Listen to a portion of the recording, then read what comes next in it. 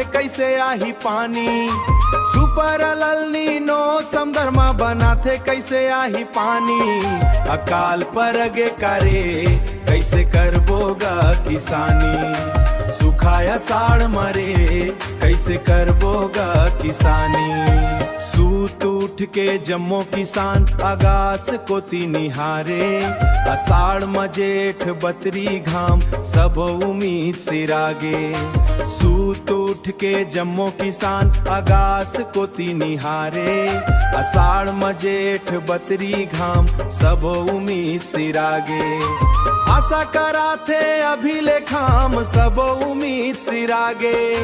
आशा कराथे अभी ले कब गिरही जल पे आन। अकाल परगे करे कैसे करबोगा किसान।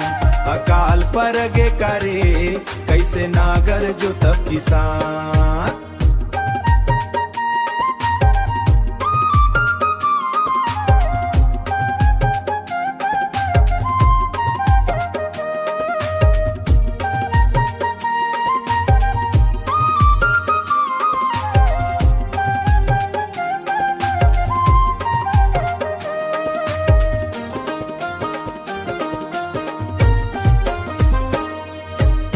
गम मिले ना तो जोगन लगे ना कोलिहा घलो नरियाए। ना तो मेड़र घेरे जोन देवार चिरे घलोब नहीं नरियाए। अगम मिले ना तो जोगन लगे ना कोलिहा घलो नरियाए।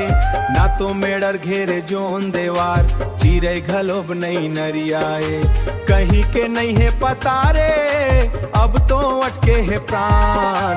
अकाल परगे करे कैसे नागर जो तब किसान। सुपर ललनी नो समधर्मा बनाथे कैसे आही पानी।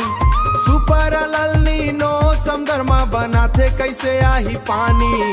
अकाल परगे करे कैसे सुखाया साड़ मरे कैसे करबोगा किसानी। अकाल परगे करे कैसे नागर जो तब किसान। सुखाया साड़ मरे कैसे करबोगा किसानी।